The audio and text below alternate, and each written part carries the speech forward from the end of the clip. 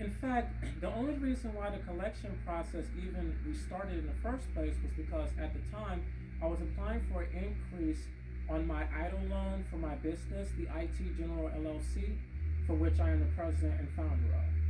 When I spoke with the SBA about it, I was very transparent with my situation. I let them know that I run this particular company on the side. I bootstrap it through any opportunities I can find in independent contracting and direct employment. The SBA was fine with that.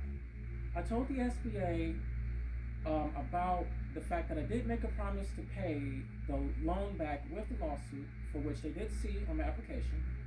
And then I let them know that I really feel that my lawyer was just falsely accusing me of crimes. I really felt he was falsely accusing me of fraud, perjury, and contempt of court, simply based on his extremely severe line of questioning.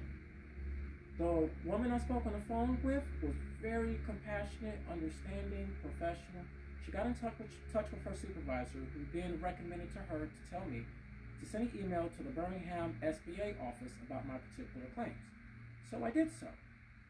And it seems that the Birmingham SBA did something, because less than a couple of weeks after doing that, the paralegal from my lawyer was asking me, hey, can you send us like 4 addresses of the Krogers that you provided service for while working for Pomeroy?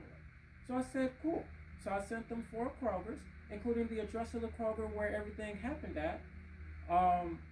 I know that Kroger is in Livonia, Michigan, on 5 Mile in Merriman. Right now, I can't recall the full address. And when I sent that to him, I figured, things were going the way they were going to go. At some point, he hires a collection agency without my knowledge, without my understanding of how this process would go, without my express approval. And I only find out about this because I'm using Odyssey Public Access on a Third Circuit Court website to then be able to go behind my lawyer's back, so to speak, and get case updates that he just wasn't providing me at that point. Like, he just was not communicating with me, much if at all.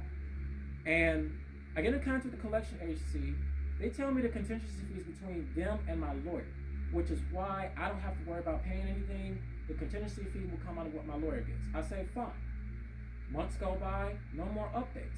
Finally, November 2022, the collection agency he hires tells me that they are not going to do any more collections actions on my lawsuit. So then I asked them, are you saying that the lawsuit is uncollectible? Or are you really saying that the lawsuit is more than likely collectible